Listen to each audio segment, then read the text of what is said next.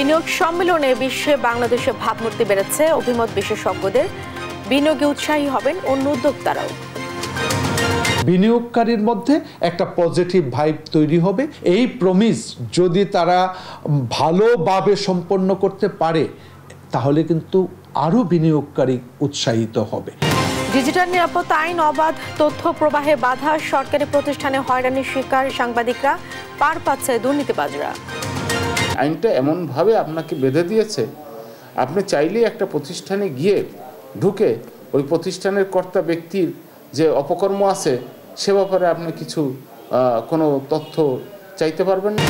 বাংলা নববর্ষ বরণের শেষ মুহূর্তে প্রস্তুতি। ঢাকা বিশ্ববিদ্যালয়ে স্বৈরাচারের বিরুদ্ধে থাকছে বার্তা। ঢল নামবে জাতি বর্ণ নির্বিশেষে সব মানুষের। খাল খননে ময়মনসিংহ সিটি কর্পোরেশনে কোটি টাকা অপচয়, সামান্য বৃষ্টিতে নগরীতে জলাবদ্ধতা, চরম ভোগান্তি পোহাতে হয় বাসিন্দাদের। এবার চীনের ওপর 145% শুল্ক আরোপ করেছে যুক্তরাষ্ট্র। জুড়ে দেওয়া হয় 20% ফেন্টানি ট্যারিফ। কৌশলগত আঘাত হানতে চলেছে বেইজিং। এবং উয়েফা চ্যাম্পিয়ন্স লিগে ড্র করেছে ম্যানচেস্টার ইউনাইটেড ও টটেনহ্যাম। কনফারেন্স লিগে লেগিয়াকে হারিয়েছে চেলসি। দেখছিলেন শিরোনাম সংবাদ সকালের সঙ্গে আছে আমি জেসিকা বেদিন। এবারে বিস্তারিত। বিনিয়োগের মাধ্যমে দেশকে এগিয়ে নেওয়ার নীতিতে বিএনপি বিশ্বাসী বলে জানিয়েছেন দলটির স্থায়ী কমিটির সদস্য আমির খসরু মাহমুদ চৌধুরী। বৃহস্পতিবার রাজধানীর একটি হোটেলে বাংলাদেশ বিনিয়োগ সম্মেলনে অংশগ্রহণ শেষে সংবাদ সম্মেলনে এ কথা বলেন তিনি। একই অনুষ্ঠানে জাতীয় নাগরিক পার্টির মুখ্য সমন্বয়কারী নাসিরউদ্দিন পাটোয়ারি বলেন, বাংলাদেশ আগামীতে ইনভেস্টমেন্ট হেভেনে পরিণত হবে। বৃহস্পতিবার বাংলাদেশে বিনিয়োগ উন্নয়ন কর্তৃপক্ষের আয়োজিত বিজনেস সামিট 2025 শেষে হয়। মোহাম্মদ আলাউদ্দিনের রিপোর্ট। বাংলাদেশ বিনিয়োগ সম্মেলনে অংশ নেয় বিএনপি, জামায়াতে ইসলামী ও ছাত্রদের নতুন দল এনসিপির শীর্ষ নেতারা। পরে বিনিয়োগকারীদের সঙ্গে বৈঠক শেষে সংবাদ সম্মেলন করেন তারা। এ সময় বাংলাদেশ আগামীতে ইনভেস্টমেন্ট হেভেনে পরিণত হবে বলে মন্তব্য করেন জাতীয় নাগরিক পার্টির মুখ্য সমন্বয়কারী নাসিরউদ্দিন পাটোয়ারি। বলেন, বাংলাদেশকে শীর্ষ 15 দেশের মধ্যে নিয়ে যেতে হবে। এদিকে বিনিয়োগ সম্মেলনে অংশ নেয়া বিএনপির প্রতিনিধি দলের সঙ্গে মতবিনিময় শেষে দলটির স্থায়ী কমিটির সদস্য আমির খসরু মাহমুদ চৌধুরী বলেন, বিনিয়োগের মাধ্যমে দেশকে এগিয়ে নেওয়ার নীতিতে বিশ্বাসী বিএনপি।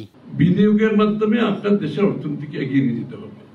সেই জন্য জিয়া রহমান সাহেবের পলিসির মধ্যে শুরুতেই ছিল, বিএনপির জন্মটাই ছিল অ্যাকচুয়ালি অর্থনৈতিক উন্নয়নের মূল ভাবনাটাই ছিল যে প্রাইভেট সেক্টর ল্যান্ড গ্রোথ, অর্থাৎ প্রাইভেট সেক্টরের বিনিয়োগের মাধ্যমে দেশের অর্থনীতিকে এগিয়ে নিয়ে যাওয়া। বিনিয়োগের স্বার্থে সবাইকে ঐক্যবদ্ধ থাকার আহ্বান জানিয়ে বলেন, বিনিয়োগ ছাড়া দেশ সামনের দিকে আগানো সম্ভব নয়।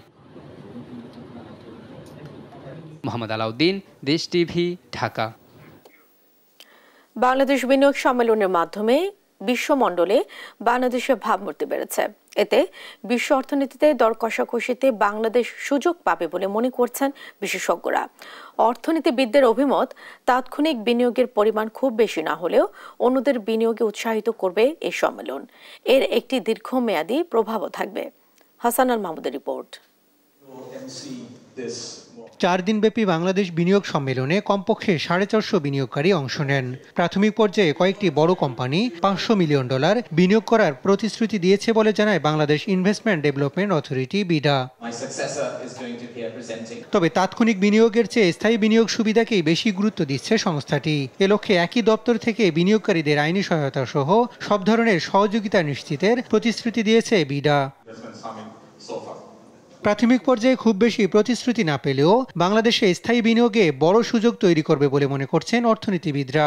এতে বাংলাদেশে মুখ থুবড়ে পড়া বৈদেশিক বিনিয়োগ সচল হবে। বিদেশি বিনিয়োগ ছাড়া আমাদের যে প্রবৃদ্ধি ধারা, সেই প্রবৃদ্ধির ধারা বজায় রাখা সম্ভব না এবং এমপ্লয়মেন্ট জেনারেশনেও সম্ভব না।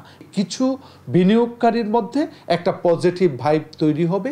সেখান থেকে হয়তো কিছু বিনিয়োগ সরাসরি যেমন কিছু প্রমিস করেছে, এই প্রমিস যদি তারা ভালোভাবে সম্পন্ন করতে পারে তাহলে কিন্তু আরও বিনিয়োগকারী উৎসাহিত হবে। বিশ্বের কমপক্ষে 50টি দেশের বিনিয়োগকারীরা এসেছেন সম্মেলনে। বিনিয়োগকারীদের এমন আগ্রহ বিশ্বের অন্য বড় বিনিয়োগকারীদের আরও বেশি উৎসাহিত করবে বলে মনে করছেন এই আন্তর্জাতিক সম্পর্ক বিশেষজ্ঞ। বাংলাদেশে কি কি ইনভেস্টমেন্ট ফ্যাসিলিটিস আছে, যেমন স্পেশাল ইকোনমিক জোনস আছে, ইপিজেডস আছে, সেখানে আমরা কি কি ফ্যাসিলিটিস প্রোভাইড করতে পারি বা অন্যান্য যারা অলরেডি ইনভেস্ট করেছে তারা কিভাবে লাভবান হচ্ছে সেটা আমরা ওয়ার্ল্ডের বড় বড় দেশগুলোকে দেখাচ্ছি। এতগুলো দেশের এতগুলো ইনভেস্টর এসছে, সেটা যারা আসে নাই এখন তাদের কাছে একটা সিগন্যাল দেবে। তবে বাণিজ্য কূটনীতিকে কাজে লাগাতে হলে স্থায়ী পরিকল্পনা দরকার বলে মনে করছেন তারা। ওয়ার্ল্ডের মাল্টি সেক্টরাল ইনভেস্টমেন্ট আনতে পারে বিশ্বের বিভিন্ন দেশ থেকে। আমাদের যে আজকে গার্মেন্টস শিল্প গড়ে ওঠার পেছনে সাউথ কোরিয়ার ইনভেস্টমেন্টের ভূমিকা আছে। দেশ গার্মেন্টস তাদের মাধ্যমে তারা হচ্ছে প্রথম গার্মেন্টস যাদের থেকে আজকে গার্মেন্টস শিল্পটা আস্তে আস্তে বিকশিত হয়ে বাংলাদেশের অর্থনীতির একটা প্রাণকেন্দ্র হিসেবে আবির্ভূত হয়েছে। কিন্তু দুঃখজনক ব্যাপার হচ্ছে আমরা শুধু গার্মেন্টস শিল্পে আটকে আছি। বাংলাদেশকে বিনিয়োগ হাবে পরিণত করতে শিল্প খাতকে বহুমুখীকরণ ও প্রযুক্তি খাতে বিনিয়োগ আকৃষ্ট করতে হবে বলে মত তাদের। হাসান আল মাহমুদ, দেশ টিভি, ঢাকা। ক্ষমতায় এলে প্রথম 18 মাসে 1 কোটি কর্মসংস্থানের ব্যবস্থা করবে বিএনপি। 2034 সালে জিডিপির লক্ষ্যমাত্রা $1 ট্রিলিয়ন নির্ধারণ করেছে দলটি। এছাড়াও জনগণের ঘাট থেকে বাড়তি করের লাগাম টেনে ধরা, মানুষের মন থেকে করের ভয় দূর করে কিভাবে কর আহরণ বাড়ানো যায় তা নিয়েও কাজ করতে চায় দলটি। বৃহস্পতিবার ফেসবুক পোস্টে এসব কথা বলেন বিএনপি মহাসচিব মির্জা ফখরুল ইসলাম আলমগীর। ইউসুফ ভুইয়া রিপোর্ট। শেষ হয়েছে 4 দিনব্যাপী বাংলাদেশ বিনিয়োগ সম্মেলন। এতে বিশ্বের বিনিয়োগকারীরা অংশ নেন। মতামত তুলে ধরে বিএনপি সহ কয়েকটি রাজনৈতিক দলও। বিনিয়োগ সম্মেলনে অংশ নিয়ে পরিকল্পনার কথা জানিয়েছে বিএনপি। বৃহস্পতিবার নিজের ফেসবুক পেজে এক পোস্টে বিএনপির মহাসচিব মির্জা ফখরুল ইসলাম আলমগীর জানান, ভবিষ্যতে সরকার গঠন করতে পারলে প্রথম 18 মাসে 1 কোটি কর্মসংস্থানের ব্যবস্থা করবে দলটি। 2034 সালে জিডিপির লক্ষ্যমাত্রা $1 ট্রিলিয়ন নির্ধারণ করেছে বিএনপি। জনগণের ঘাট থেকে বাড়তি করের লাগাম টেনে ধরা, মানুষের মন থেকে করের ভয় দূর করে কিভাবে কর আহরণ বৃদ্ধি করা যায় তা নিয়েও কাজ করতে চায় বিএনপি। বাংলাদেশে বিদেশি বিনিয়োগ জনপ্রিয় করতে বিএনপি 11টি রেগুলেটরি পরিবর্তনের প্রস্তাব করেছে বলেও পোস্টে উল্লেখ করেন মির্জা ফখরুল। এর মধ্যে 8টি প্রস্তাবের কথাও তুলে ধরেছেন তিনি। সরকার গঠন করতে পারলে দেশের মানব সম্পদের কর্মদক্ষতা বৃদ্ধির ব্যবস্থা নেওয়া, প্রকৃত প্রশিক্ষণ ও প্রণোদনার ব্যবস্থা করে বৈদেশিক কর্মসংস্থানের পরিমাণ ও আওতা বৃদ্ধির জন্য বিএনপি অতীতের চেয়ে ব্যাপক সফলতা অর্জন করতে চায় বলে জানান মির্জা ফখরুল। ইউসুফ ভুইয়া, দেশ টিভি, ঢাকা। দেশে অসংখ্য গণমাধ্যম এখন, তবে গণমানুষের কথা কতটুকু তুলে ধরতে সক্ষম এ মাধ্যমগুলো? প্রচার তো পরের কথা, চাইলে কি তথ্য সংগ্রহ করা সম্ভব দেশের সরকারি বেসরকারি দফতর ও প্রতিষ্ঠানগুলো থেকে? গত 16 বছরে করা আইন ও নীতিমালা গণমাধ্যমকে কি মুক্ত করতে পেরেছে, নাকি দুর্নীতিবাজদের আড়াল করতে করা হয়েছে আরো বন্দী? সে প্রশ্নের উত্তর খুঁজেছেন এম এ আজিম। না না প্লিজ প্লিজ, আপনি জোর করবেন, আপনি জোর করবেন কেন আমার সাথে? কেন ঢুকতে পারবে না সেটা একটু বলবেন তো। জনস্বাস্থ্য প্রকৌশল অধিদপ্তর। জনসাধারণের প্রবেশ অধিকার থাকলেও এখানে ঢুকতে পারে না সাংবাদিকরা, নিতে হয় পূর্বানুমতি। তবে সেটাও দেয়া হয় না দপ্তর থেকে, বলা হয় বিকল্প কোনো মাধ্যম খুঁজতে হবে। ডিসিশনে বলছি এই না যে আমি কোনো কর্মকর্তার সাথে কারোর মিট করে দেব। বিকল্প মাধ্যম হিসেবে দপ্তরটির ওয়েবসাইটে কর্মকর্তাদের নম্বর খুঁজতে গেলে দেখা যায় সেখানে প্রধান প্রকৌশলীর কোনো ফোন নম্বরই নেই। অতিরিক্ত প্রধান প্রকৌশলীর নম্বরটি অসম্পূর্ণ। তার পরবর্তীতে থাকা কর্মকর্তার নম্বর পেলেও তিনি অপারগতা জানান বিষয়টিতে। একটু বলবেন যে আসলে কি করা যায় এখন? উল্টো ভেতর থেকে একজন কর্মকর্তাকে পাঠিয়ে বাধা দেওয়ার চিত্র ধারণেও বাধা দেয়া হয়। তেরে আসেন ক্যামেরা বন্ধ করতে। তিনি জানান কর্মকর্তাকে পেতে আগে খুঁজে বের করতে হবে তার বন্ধু বান্ধবদের। তাদের সহযোগিতায় নম্বর সংগ্রহ করে নিতে হবে অনুমতি। কোনো কারো নাম্বার, আপনার নাম্বার আমি ইচ্ছা করলে আপনার বন্ধু বান্ধব বা আপনার সাংবাদিক সমিতি যারা আছে তাদের কাছে আমি আপনার নাম বললে তার কাছ থেকে নাম্বার নেওয়া কোনো বিষয় না। যেখানে সাংবাদিকরা ঢুকতেই পারে না, সেখানকার তথ্য প্রাপ্তি, অনিয়ম আর দুর্নীতির সংবাদ প্রকাশ অনেকটা কষ্টসাধ্য। তবে যে সকল প্রতিষ্ঠানে ঢুকতে পারা সম্ভব, সেখানকার বাস্তব চিত্রও কি তুলে ধরা সম্ভব একজন সাংবাদিকের ক্ষেত্রে, নাকি তোপের মুখে পড়তে হয় অনিয়মরত বা দুর্নীতিবাজ কর্মকর্তাদের? শহীদ সোহরাওয়ার্দী মেডিকেল কলেজ হাসপাতাল, যেখানে সেবা প্রত্যাশীদের অভিযোগ পাহাড় সমান, সত্যতাও ধরা পড়তে শুরু করে দেশ টিভির ক্যামেরায়। 30 টাকা কি জন্য নিলেন? আমি চাই না উনি দিতে ভাই, ছাড়া এরই মধ্যে শুরু হয় বাধা দেয়া। রোগীদের জিম্মি করে টাকা আদায়ের ছবি নিতে লাগবে তাদেরই অনুমতি। এদেরকে যে আপনি বাধা দিলেন সেটা কেন, সেটা একটু কেন দিচ্ছেন? হ্যাঁ, কারণ আপনি এই জিনিসটা তো এক জায়গায় প্রচার হবে, সবকিছু তো একটা সুন্দর আছে। আপনার বাসার তো একটা পর্দার সিস্টেম আছে, আপনি একটা কোনো জায়গায় ঢুকে পড়লেন, কোনো কিছু আপনি ম্যানেজ না করে আপনি এটা করলেন, আপনি বলতেন আপু আমি ভিডিও করবো। অনুমতি, এই একটি শব্দ সাংবাদিকদের তথ্য প্রাপ্তি, ভিডিও ধারণ বা বক্তব্য গ্রহণকে এখন সবথেকে বেশি বাধাগ্রস্ত করছে। বাস্তব চিত্র তুলে ধরার সুযোগও কমেছে অনেক প্রতিষ্ঠানে। আনসার সদস্য বা কর্মকর্তারা সঙ্গে থেকে তাদের পছন্দ অনুযায়ী ছবি তুলতে বাধ্য করা হয় অনেক ক্ষেত্রে। এখানে যাওয়া যাবে না, এটা করা যাবে না, ওখানে যেতে গেলে অনুমতি নিতে হবে। তো অনুমতি নিতে নিতেই তো আমাদের সব তথ্যগুলো নাই হয়ে যায়। একজন দুর্নীতিবাজ সরকারি আমলার বিরুদ্ধে সংবাদ করব এবং তার হাতে নাতে কোনো অন্যায় অনিয়মের ফুটেজ দিব, সেখানে কিন্তু ঢুকতে গিয়ে আমি বাধা পাচ্ছি। আওয়ামী সরকারের ডিজিটাল নিরাপত্তা আইন প্রণয়নের পর থেকেই এমন অবস্থার মুখোমুখি হতে হচ্ছে সাংবাদিকদের। জানিয়ে সাংবাদিক নেতাদের ক্ষোভ থাকলেও মিলছে না সমাধান। সাইবার সিকিউরিটি অ্যাক্টের মধ্যে অনেকগুলো ধারা রয়েছে যেগুলো গণমাধ্যম বিরোধী। আমি বলবো যে সাংবাদিকতার পেশাগত দায়িত্ব পালনের ক্ষেত্রে একটা প্রতিবন্ধকতা তৈরি করা আছে সেখানে। এই আইনটা এমনভাবে আপনাকে বেঁধে দিয়েছে, আপনি চাইলেই একটা প্রতিষ্ঠানে গিয়ে ঢুকে ওই প্রতিষ্ঠানের কর্তা ব্যক্তির যে অপকর্ম আছে সে ব্যাপারে আপনি কিছু কোনো তথ্য চাইতে পারবেন না। বিষয়টি নিয়ে প্রেস ইনস্টিটিউট বাংলাদেশ পিআইবির মহাপরিচালকের সঙ্গে কথা বললে তিনি জানান, এমন পরিস্থিতিতে সাংবাদিকদের হতে হবে কৌশলী। সাংবাদিকতা তো আসলে শুধুমাত্র মানে আপনার অ্যাক্সেসের উপর না, আপনার যোগ্যতার উপর। আপনি চাইলে, আপনি মনোযোগী থাকলে, আপনি নিষ্ঠাবান থাকলে আপনি কিন্তু অনেক কিছু উদ্ঘাটন করতে পারেন। কোনো কিছু সহজ না। তবে কৌশল অবলম্বন করে তথ্য প্রাপ্তি আর ভিডিও ধারণকে অন্যায় হিসেবেই দেখছে অনিয়মকারী বা দুর্নীতিবাজরা। আপনাদের তো এখন ঢোকারই কথা না। আমার অনুমতি নিছেন। এম এ আজিম, দেশ টিভি, ঢাকা। চুরি, ছিনতাই ও ডাকাতি ঠেকাতে রাজধানীর হাতিরঝিলে চেকপোস্ট বসিয়ে তল্লাশি চালাচ্ছে যৌথ বাহিনী। বৃহস্পতিবার মধ্যরাতে সেনাবাহিনী, পুলিশ, র্যাব ও ট্রাফিক পুলিশের সমন্বয়ে গঠিত যৌথ বাহিনীর নেতৃত্বে চলে তল্লাশি। এ সময় মোটরসাইকেল ও প্রাইভেট কার থামিয়ে কাগজপত্র যাচাই বাছাই ও তল্লাশি চালায় আইনশৃঙ্খলা বাহিনী। মোটরসাইকেল আরোহীদের হেলমেট ও গাড়ির কাগজপত্র ঠিক না থাকায় অনেককে মামলা দেয়া হয়। রাতে অপরাধমূলক কর্মকাণ্ড কমাতে নিয়মিত অভিযান চালায় বলে জানায় আইনশৃঙ্খলা বাহিনী। এদিকে প্রশাসনের এমন তৎপরতায় অপরাধ কমে আসবে বলে আশা সাধারণ যাত্রীদের। নিরাপত্তা বাড়াতে এমন উদ্যোগে সন্তুষ্টি জানায় তারা। এখন যে অকারণগুলো হচ্ছে, এইভাবে যদি প্রত্যেকটা জায়গায় ফাইন্ড আউট হয়, আমার মনে হয় যে অনেক ভালো কিছু হবে। না, আইন শৃঙ্খলা বাহিনীর প্রতি আমরা সন্তুষ্ট। আসলে এরকম চেক করা উচিত আমি মনে করি। কিন্তু সত্যি কথা বলতে বিআরটির যে ঝামেলাগুলো ভাই, এটা ভাষায় প্রকাশ করার মতো না। বিভিন্ন সময় মোটরসাইকেলে বিভিন্ন অপরাধ সংঘটিত হয়, সেটাও একটা কারণ। আবার অনেক সময় রাতের বেলায় কাগজপত্রবিহীন গাড়িগুলো চলাফেরা করে, সেটাও একটা কারণ, যে কারণেই এটা করা। বাংলা নববর্ষ 1432কে বরণ করে নিতে ঢাকা বিশ্ববিদ্যালয় চারুকলা অনুষদ প্রাঙ্গণে পুরোদমে চলছে শেষ মুহূর্তে প্রস্তুতি। এবার 24শে জুলাই গণ অভ্যুত্থানকে ধারণ করে স্বৈরাচারের বিরুদ্ধে বার্তা দেওয়া হবে বলে জানিয়েছেন আয়োজন সংশ্লিষ্টরা। শৈশব বর্মনের ক্যামেরায় আরো জানাচ্ছেন এনআই নাহিদ।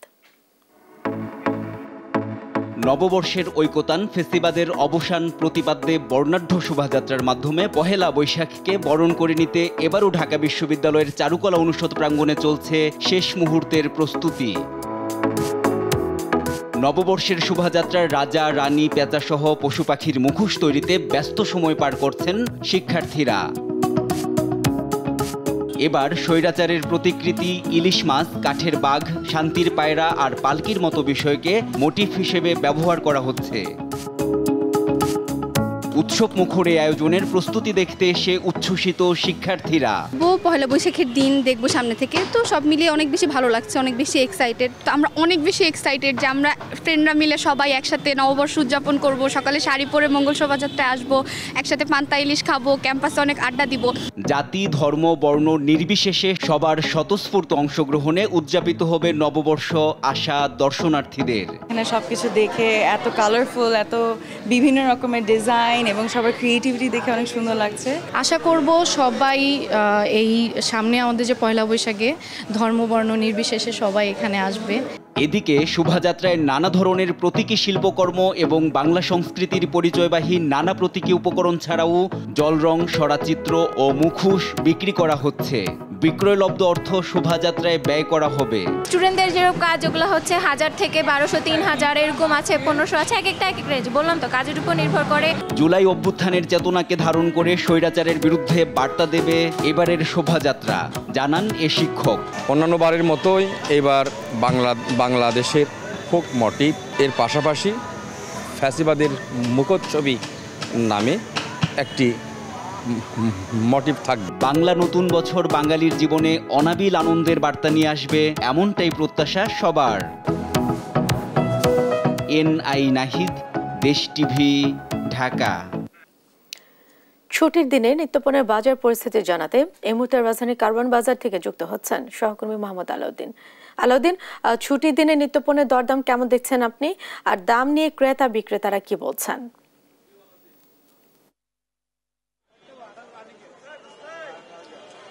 জেসিকা, এই মুহূর্তে আমি আছি রাজধানীর কারওয়ান বাজারে, দেশের অন্যতম বৃহত্তর পাইকারি এবং খুচরা বাজার। এখানে এসে আমরা যেমনটি দেখতে পাই যে শুক্রবার ছুটির দিন হয়, মানুষের ভিড় ততটা লক্ষ্য করা যায়নি, তবে বেলা বাড়ার সঙ্গে সঙ্গে কিন্তু আমরা দেখতে পাচ্ছি যে মানুষের ভিড় আস্তে আস্তে বাড়ছে এবং এখানে ক্রেতা এবং বিক্রেতা উভয়ের সাথে আমরা কথা বলি এবং সবাই যেমনটি জানায় যে আগের থেকে কিন্তু দাম কিছুটা কম। এবং সবজির বাজারের যদি মূল্যের তালিকা করি, যেমন লেবুর দাম যেটা রোজাই ছিল 80 টাকা হালি, এবং এটা কিন্তু এখন আমরা দেখতে পাচ্ছি যে 20 টাকা হালিতে নেমে এসেছে। এবং সেই সঙ্গে আমি যদি আরেকটি জিনিস দেখাই, যেমন শসা এবং অন্যান্য যেসব সবজি রয়েছে, যেমন বেগুন, তাছাড়া আমি যদি আরেকটু আপনাদেরকে দেখাই, আমার পিছনে টমেটো রয়েছে, তারপর গাজর, বেগুন, ঝিঙ্গা এবং ঢেঁড়স এবং গ্রীষ্মকালীন যেসব সবজি আছে যেমন মিষ্টি কুমড়া, এই সকল ধরনের সবজির কিন্তু বাজার মূল্য আগের তুলনায় অনেক কমছে বলে এমনটাই জানাচ্ছিলেন এখানকার ক্রেতারা এবং বিক্রেতারা। তারা এবং ক্রেতারা আরেকটি জিনিস জানাচ্ছিলেন যে তারা কিন্তু এখানে কেনাকাটা করে এখন খুবই স্বাচ্ছন্দ্য বোধ করছেন এবং এই দাম যদি অব্যাহত থাকে তাহলে তাদের মধ্যে এক ধরনের স্বস্তির যে বহিঃপ্রকাশ সেটিও কিন্তু লক্ষ্য করা যাচ্ছিল। এবং সেই সঙ্গে আমরা দেখতে পাই যে গত সপ্তাহের তুলনায় কিন্তু এবারের দামটাও প্রচুর কমে গিয়েছে এবং কমে যাওয়ার ফলে কিন্তু মানুষের আনাগোনাও বাড়ছে আস্তে আস্তে। তবে ঈদের পরবর্তী বাজার হওয়াতে কিন্তু হয়তোবা অনেকে এখনো বাড়ি থেকে ফেরেনি, রাজধানীবাসী, অথবা শুক্রবার ছুটির দিন হয়, হয়তোবা অনেকে এখনো একটু দেরি করে ঘুম থেকে উঠে, এই জন্য হয়তোবা তারা এখনো আসা হয়নি। তাই এই জন্য কিন্তু মানুষের ভিড়টা খুব একটা লক্ষ্য করা যাচ্ছে না। আমার পাশে এখানে একজন ক্রেতা বিক্রেতা আছেন, আমি তার সাথে কথা বলবো এবং জানতে চাইবো যে আজকের বাজার দরগুলো। 2 দিন আগে আসছিল একটু বেশি, আজকে একটু কম, আবার কিছু কিছু সবজি একটু 2-5 টাকা বেশি, এমন বেশি না। এমনিতে কি গত সপ্তাহের তুলনায় বা আগের তুলনায় কি দাম কমছে? না, একটু বাড়তি, আগের তুলনায় রোজার হিসেবে তাই একটু তো বাড়তি আর অনাবান কমতেছে, মাঝে দিয়ে 2 দিন কদিন বাড়তি গেছে, অনাবান কমতেছে, আজ যাবেন কম না। মানুষের ভিড় কি আগের থেকে কম মনে হচ্ছে? না, মানুষের ভিড় নেই ভাইয়া,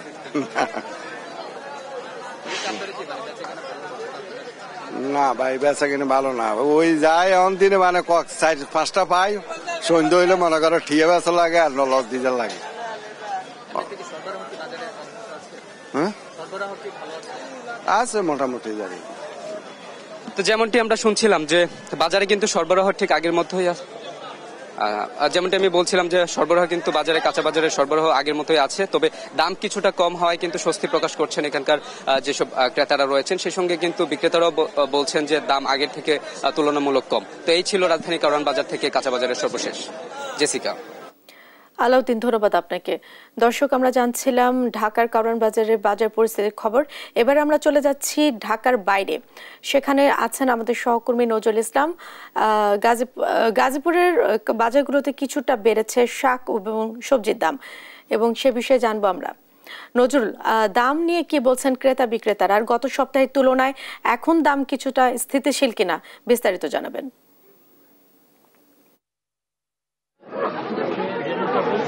জানেন আমি সকাল থেকে কিন্তু গাজীপুরের সবচেয়ে যে বড় বাজার চৌরাস্তা বাজার সেখানে কিন্তু আমরা অবস্থান করছি, এবং এখানে কিন্তু আমি আপনারা দেখতে পাচ্ছেন যে বাজারটি রয়েছে, এই বাজারটি কিন্তু ঈদ ভাঙ্গা বাজার। এখানে কিন্তু এই আজকে যে বন্ধ ছুটির দিন আসছে কিন্তু কিছুটা লোক সমাগম ঘটেছে। এছাড়া কিন্তু এই বাজারে একজন লোক সমাগম কিছু ছিলই না, না বললেই চলে যে এখানে কিন্তু লোক সমাগম ছিল না। আপনারা জানেন যে পেঁয়াজ কিন্তু কেজিতে 5 টাকা বৃদ্ধি পেয়েছে।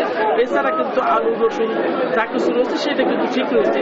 আমি যদি দেখাতে চাই সবজির বাজার কিছুটা কিন্তু বাজারে সরবরাহ কম থাকার ফলে কিন্তু আপনার কিছুটা বাড়তি রয়েছে, এবং আপনার সবকিছু কিন্তু আপনারা জানেন যে এখন শীতকালীন যে সবজি আছে সেটা কিন্তু মৌসুম কিন্তু শেষ, এখন কিন্তু নতুন যে আসতেছে, এবং ঈদের পরবর্তীতে কিন্তু আপনারা দেখতে পাচ্ছেন যে বাজারগুলোতে কিন্তু সবজির ঘাটতি রয়েছে। এর ফলে কিন্তু এখন কিন্তু কিছুটা বেশি রয়েছে। সব ধরনের সবজির দামই 5 থেকে 10 টাকা কিন্তু বৃদ্ধি পেয়েছে। তো আমি যেখানটায় রয়েছি চৌরাস্তার সবচেয়ে বড় বাজার, এখানে জানেন আপনি গার্মেন্টস অধ্যুষিত এলাকা, এখানে কিন্তু প্রতিদিন হাজার হাজার মানুষ এখান থেকে কিন্তু সাধারণ যে মানুষ রয়েছে তারা কিন্তু এখান থেকে বাজার করেন। তো এই ব্যাপারে কিন্তু আমি বিক্রেতার সাথে কথা বলেছিলাম, তারা যেটা অজুহাত দেখাচ্ছে সেটা হলো যে বাজার ঈদের পরে কিন্তু সরবরাহ কম, এটাকে কারণ হিসাবে দেখছে। এর ফলে কিন্তু আপনার সব ধরনের অর্থাৎ সবজির দাম কিন্তু বেড়ে গেছে, এবং কেজিতে 10 থেকে 20 টাকার মতন কিন্তু বৃদ্ধি পেয়েছে। তো টমেটো 50 টাকা এবং সবকিছু 80 টাকার মধ্যে আছে। এবং আমি যদি দু একজনের সাথে একটু কথা বলার চেষ্টা করি যারা ক্রেতা রয়েছেন, আমি যদি একটু বলতে চাই যে সবজির বাজারটা কিরকম দেখছেন আপনারা? সবজির বাজার তো তুলনামূলক একটু বেড়ে গেছে, গত সপ্তাহ যা ছিল তার থেকে বেড়ে গেছে। যারা দোকানদার তারা বলে সাপ্লাই কম।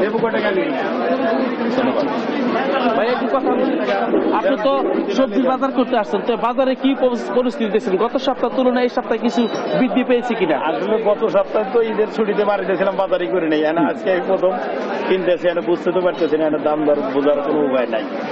এখন আমরা কিনে বাজার মূল্য কত আছে কি আছে যা চাই আমরা তাকে দিয়ে আসি। আপনারা দেখতে পাচ্ছেন যে আমরা দুইজন ক্রেতার সাথে কথা বললাম, তারা যেটা জানিয়েছে যে ঈদের পরবর্তীতে কিন্তু আসছে তারা এখানে। আমরা দেখতে পেয়েছি যে মাছ থেকে শুরু করে সব ধরনের সবজির দামই কিন্তু বৃদ্ধি পেয়েছে। আপনি জানেন যে ঈদের পর কিন্তু আজকে এই বাজারে লোক সমাগম আপনারা দেখতে পাচ্ছেন যে এখানে কিন্তু লোক সমাগম কিছুটা বৃদ্ধি পেয়েছে, এবং বাজারগুলোতে দোকানিরা যারা দোকানে আছেন তারা কিন্তু অজুহাত দেখাচ্ছেন যে এখানে কিন্তু আপনারা জানেন যে 12 মাসে কিছু না কিছু অজুহাত থাকেই তাদের, সেই অজুহাত এখানেও দেখাচ্ছেন। তো সবকিছু মিলে কিন্তু যে বাজার পরিস্থিতি সেটা কিন্তু স্বাভাবিক করার জন্য সাধারণ যে ক্রেতা রয়েছে তারা কিন্তু আপনি চাচ্ছেন যে বাজারটা শক্ত হাতে মনিটরিং করার জন্য। আপনি জানেন যে গতকাল থেকে কিন্তু এই বাজার থেকে বাজার অস্থিরতা বা নানান উত্তেজনা ছড়ানোর কারণে কিন্তু 6 জনকে গ্রেফতার করা হয়েছে। তো এই ছিল আমার কাছে গাজীপুর চৌরাস্তা বাজার থেকে সর্বশেষ। নজরুল, আপনাকে ধন্যবাদ। দর্শক, নিত্যপণ্যের দরদাম সম্পর্কে জানাচ্ছিলেন সহকর্মী নজরুল ইসলাম। হাওড় এলাকার পতিত জমিতে মিষ্টি কুমড়া চাষ করে লোকসানে পড়েছেন কৃষকরা। আরও জানাতে নেত্রকোনা থেকে সরাসরি যুক্ত হচ্ছেন সহকর্মী জিয়াউর রহমান। জিয়াউর, কি পরিমাণ ফলন হয়েছে এবার? কৃষকরা কি তাদের ন্যায্য দাম পাচ্ছেন না? কি বলছেন তারা?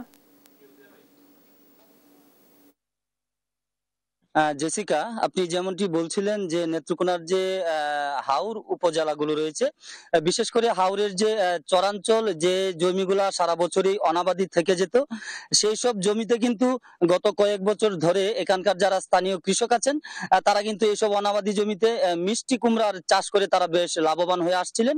কিন্তু এবছর আমরা খোঁজ নিয়ে যে বিষয়টি জানতে পেরেছি,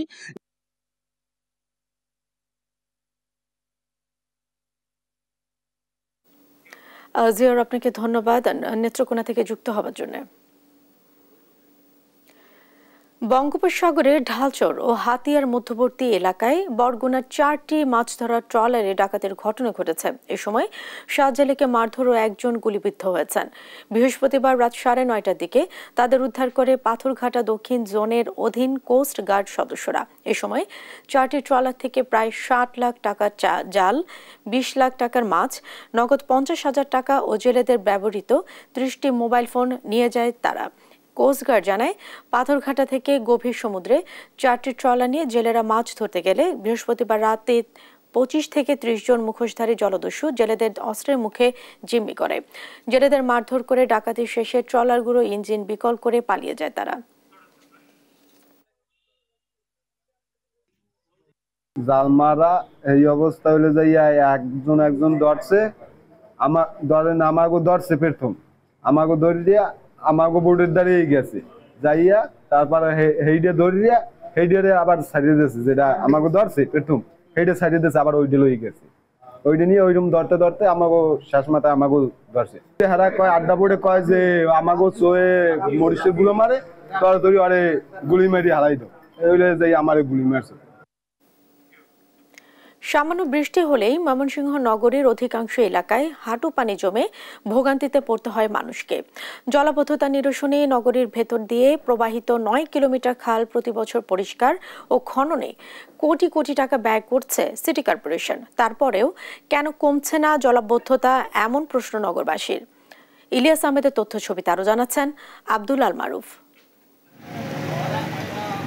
জলাবদ্ধতা নিরসনে খাল খনন ও পরিষ্কারে 2020-21 অর্থ বছরে 26 লাখ, 2021-22 অর্থ বছরে 55 লাখ, 2022-23 অর্থ বছরে 60 লাখ এবং 2023-24 অর্থ বছরে 64 লাখ টাকা ব্যয় করে ময়মনসিংহ সিটি কর্পোরেশন। এরপরেও অধিকাংশ খাল ময়লা আবর্জনায় ভরপুর। এতে পানি নিষ্কাশন না হওয়ায় সামান্য বৃষ্টিতেই নগরীতে সৃষ্টি হয় জলাবদ্ধতা। বৃষ্টিতে আবার রাস্তাঘাটে পানি জমা জায়গায়, এদিকে পানি বাড়ি করে পানি জমা জায়গায়, যে খালে পরে মানুষ ঠার ফানা এ বলে পরে সব মানুষ বইনা চলে ফারে চলে খালগুলো আস্তে আস্তে মুঞ্জিয়া আর কি ওই গেছে, ওই বড় হয়ে গেছে কাজে পানি উপরে উঠতে পারে। খাল খনন উদ্যোগটি সিটি কর্পোরেশনের অপরিকল্পিত বলছেন স্থানীয়রা। এটিকে শুধুই অর্থের অপচয় হিসেবে দেখছেন তারা। অর্থ ব্যয় করেও কাজ না হওয়ায় ভোগান্তিতে ক্ষোভ নগরবাসীর। এটা আপনারা সেটিং না হওয়া পর্যন্ত খাল যতই খুঁদেন বা খুদাইলে কোনো ফায়দা আসবে না, বরং সরকারের টাকাটা বৃথায় যাবে। এটি যদি পরিকল্পিতভাবে খাল খনন করে, যেই অর্থ বরাদ্দ হয় কিংবা ব্যয় হয় তার চাইতে অনেক কম টাকা দিয়ে এটি আসলে যথাযোগ্যভাবে পরিকল্পনাভাবে যদি করে তাহলে খাল খনন করা সম্ভব। মানুষের ভোগান্তি লাঘবে পরিকল্পিতভাবে খাল খননের কথা জানিয়ে সিটি প্রশাসক বলছেন, অনিয়ম রোধে কঠোর নজরদারি বাড়ানো হয়েছে। এডিবি থেকে একটা প্রকল্প নেওয়া হবে এই 6টা খালকে নিয়েই, এবং ওটা পুরো 6টা খালের কমপ্লিট যে সলিউশনটা সেটা আশা করা যায় সামনের বছরে হবে। মনিটরিংয়ের জন্য আমি কিছু স্পেসিফিক অফিসারকে দায়িত্ব দিয়েছি, যারা আমাকে ইনফরমেশন দেয় টাইম টু টাইম। বর্ষায় জলাবদ্ধতা থেকে রক্ষায় নগরীর বিভিন্ন খাল ও ড্রেন পরিষ্কার অভিযান চলছে গেল ডিসেম্বর থেকে। এতে ময়লা পানির প্রবাহ সচল হলেও মাটি ভরাট এবং জমাট বাঁধা ময়লায় পথে পথে বাধাগ্রস্ত হচ্ছে। এতে বর্ষা মৌসুমে ভয়াবহ জলাবদ্ধতার আশঙ্কা নগরবাসীর। নিউজ ডেস্ক, দেশ টিভি। দর্শক, আমরা আবারও চলে যাচ্ছি নেত্রকোনায়। সেখানে রয়েছেন আমাদের সহকর্মী জিয়াউর রহমান। জিয়াউর, কি পরিমাণ ফলন হয়েছে এবার, আর কৃষকরা কি তাদের ন্যায্য দাম পাচ্ছেন না, এ নিয়ে কি বলছেন তারা? জি জেসিকা, আপনি যেমনটি বলছিলেন যে নেত্রকোনার যে হাওড়া অঞ্চল রয়েছে, এই হাওড়া অঞ্চলের যে অনাবাদি জমি, সেসব জমিতে কিন্তু এখানকার কৃষকরা বেশ গত কয়েক বছর ধরে তারা কিন্তু মিষ্টি কুমড়ার চাষ করে তারা লাভবান হয়ে আসছিলেন। কিন্তু এবছর যে বিষয়টি হয়েছে যে আমরা জানতে পেরেছি যে এবছর কৃষকরা কিন্তু এই মিষ্টি কুমড়ার চাষ করে তারা অনেকটা লোকসানে পড়েছেন। তো আমি এখন রয়েছি জেলার যে একেবারে জালিয়ার হাওর, সেই জালিয়ার হাওরের যে পতিত জমি ছিল সেসব জমিতে এখানকার অসংখ্য কৃষক কিন্তু মিষ্টি কুমড়া তারা চাষ করেছিলেন। তো তারা মিষ্টি কুমড়ার উৎপাদন ভালো হলেও তারা ন্যায্য মূল্য পাচ্ছেন না বলে আমাদেরকে জানিয়েছেন। আমি এই মুহূর্তে একটু কথা বলবো এখানকার একজন কৃষক। আচ্ছা, এবছর আপনার কতটুকু জমিতে কুমড়া করেছিলেন এবং ফলন কেমন হয়েছে আর কি অবস্থা? আমি এই বছর 30 কাঠা ক্ষেতে মিষ্টি কুমড়া করেছি। প্রায় গত 4-5 বছর ধরে মিষ্টি কুমড়া করি ক্ষেতের মাঝে। তো প্রায় 3 থেকে 3.5 লক্ষ টাকা আমার খরচ হয়। মোটামুটি ভালোই চলছে। এই বছর আমি খুবই লোকসানের বাগি, মানে মিষ্টি কুমড়া নিচ্ছে না। অন্য বছর 14 টাকা 15 টাকা বিক্রি করি, এই বছর দেখা যাচ্ছে 60 টাকা 7.5 টাকা দর কয়। এই বছর আমি যে একটা ক্ষতিগ্রস্ত হইলাম মানে বলার মতো না। আমরা মোটামুটি এই কাজ দিয়ে আমরা চলাফেরা করি। আপনারা শুনছিলেন এখানকার একজন কৃষক বলছিলেন যে আসলে তারা লোকসানে পড়েছেন। আমরা একটু জানবো আরেকজন স্থানীয় বাসিন্দার কাছে। আচ্ছা, এই যে কৃষকরা মিষ্টি কুমড়া চাষ করে তারা লোকসানে পড়েছেন, এর কারণ হিসেবে আপনি কি মনে করছেন? ধন্যবাদ দেশ সাংবাদিককে। আমার এই অবহেলিত এলাকা 14 নং মুজাফফরপুর ইউনিয়নের অন্তর্গত চারিতলার সামনের জালিয়ার হারের অংশে আসার জন্য। এখানে কৃষকদের সমস্যা হচ্ছে, এখানে রাস্তার সমস্যা। রাস্তা না থাকার দরুন এখানে পাইকার রাস্তা পাচ্ছে না, তার দরুন কৃষকরা লোকসান হচ্ছে। আর এখানে শুধু মিষ্টি কুমড়া নয়, এখানে শস্যের ভান্ডার বলা যেতে পারে এই জালিয়ার হাওর এলাকা। এখানে মরিচ, রসুন, পেঁয়াজ অনেক কিছুই হয়।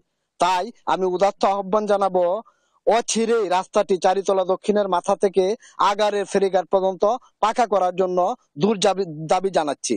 আপনারা শুনছিলেন যে এখানকার একজন কৃষক এবং স্থানীয় বাসিন্দারা বলছিলেন যে এখানকার যে মিষ্টি কুমড়া চাষ করে লোকসান হওয়ার যে মূল কারণ সেটি হচ্ছে বিশেষ করে যাতায়াত ব্যবস্থা। আর এবছর কৃষকরা ন্যায্য মূল্য পাচ্ছেন না। তো আমি জেলা কৃষি সম্প্রসারণ অধিদপ্তরের সঙ্গে কথা বলে যে বিষয়টি জানতে পেরেছি, এবছর জেলার যে অনাবাদি জমি হাওড়াঞ্চলের সেই সব জমির মধ্যে কিন্তু 730 হেক্টর জমিতে মিষ্টি কুমড়ার চাষ হয়েছে। এর মধ্যে 480 হেক্টর জমিতে মিষ্টি কুমড়ার চাষ হয়েছে শুধুমাত্র হাওড়ের খালিয়াজুড়ি উপজেলায়। আর জেলায় সব মিলিয়ে শাকসবজি চাষ হয়েছে 7800 হেক্টর জমিতে। তো স্থানীয় কৃষকদের দাবি, যদি যাতায়াত ব্যবস্থার উন্নতি করা হয় তাহলে কিন্তু এখানকার কৃষকদের যে অর্থনৈতিক চিত্র সেটি কিন্তু বদলে যাবে এবং তারা তাদের উৎপাদিত পণ্যের ন্যায্য মূল্য পাবে।